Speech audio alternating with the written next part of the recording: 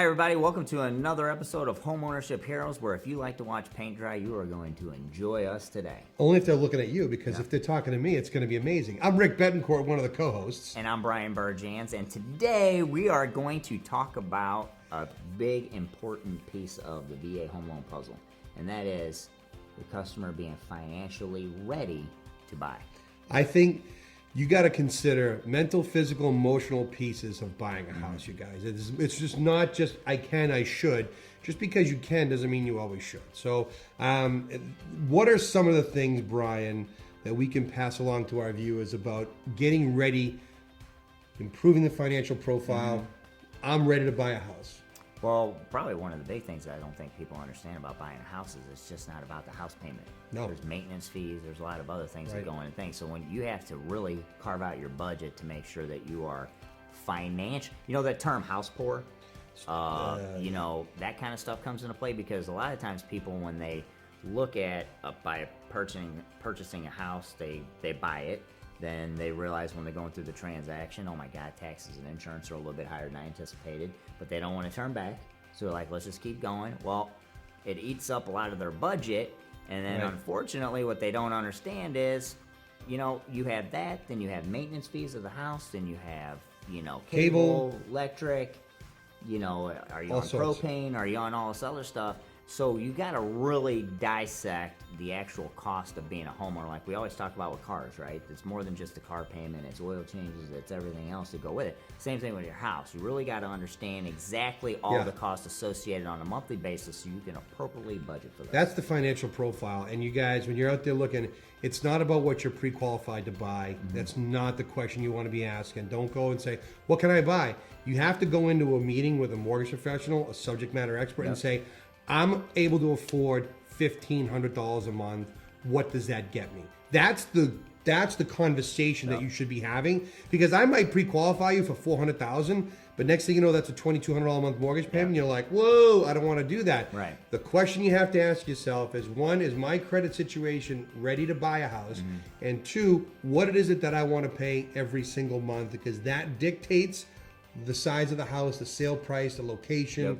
Because those are the pieces that, and it's tough. Those are the pieces that sometimes they're difficult to put in the puzzle, because you want to spend $1,500 a month in this particular town, but you're not going to find a house because every house in that town is $400 or $500 or whatever it is. So you have to come in with, I'm ready to spend this. But what can they do to improve the financial profile? What can they do to get themselves in a better spot?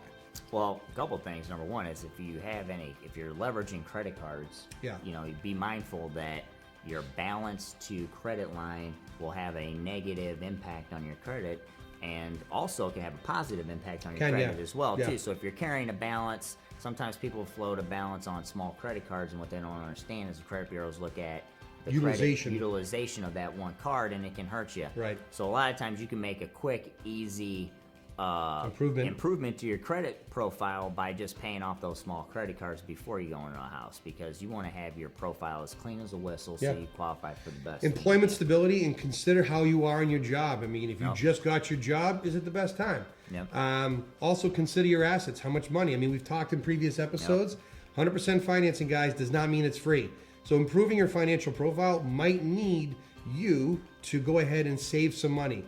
$3,000, $4,000, $5,000, $6,000, whatever it is. I know it's difficult. I know times are tough in many parts of the U.S., but you know that is something that's going to go ahead and improve the ability for you to purchase a home. The other thing too is, what I generally recommend you guys is you start this process 18 months out. Get your credit check, look at your income, what's going on, and listen. As much as you might want to buy a brand new X5 BMW or some crazy vehicle, do not make large purchases if you absolutely do not have to when you're getting ready to buy a house. Because adding that additional installment loan, that car loan, that personal loan, it could affect and impact your ability to qualify for a house. Well, and then also too, Rick, if buying a new car would impact your ability to qualify for a house, then maybe you need to reevaluate your situation too, to find out if you're really ready to buy a house. And that's the thing, guys. You know? It's just because you have the ability to do it doesn't mean it's the right time to do it. You have to look at all the different aspects of your personal situation. I like to call it my monthly burn rate. What's my monthly burn rate? What am I spending monthly, you know, between money to go out to eat, going on vacation, save money, utilities, expenses, all those things. You should write those all down, and you might need 6 to 12 to 18 months to eliminate some of that, to improve the financial profile, to be able to purchase a home. Yep. So I think at the end of the day, you know, doing your own homework on your own personal finances, making sure that you are ready and that your income or your assets can take on the burden of homeownership is very important. That's something that you shouldn't find out after working with a mortgage professional. And one other thing, I think this is important to drive home, because if you make the wrong decision and you buy a house at the wrong time and you have a foreclosure, guess what? You lost your benefit, or you lost a decent portion of your benefit. You may never get that back. So it's better, you know, discretion is the better part of valor. Yep. Financial management is a lifelong exercise. It sure is. You know what I mean? And so when buying a house, it's very important to understand your own personal profile. So if you have any questions or concerns about anything we covered in this episode, you can send us an email at military@caliberhomeloans.com, where both Rick and I will answer any questions that you might have. Yep.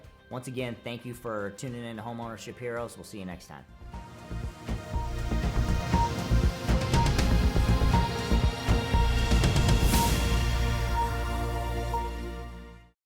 Do not make large purchases when the doorbell rings.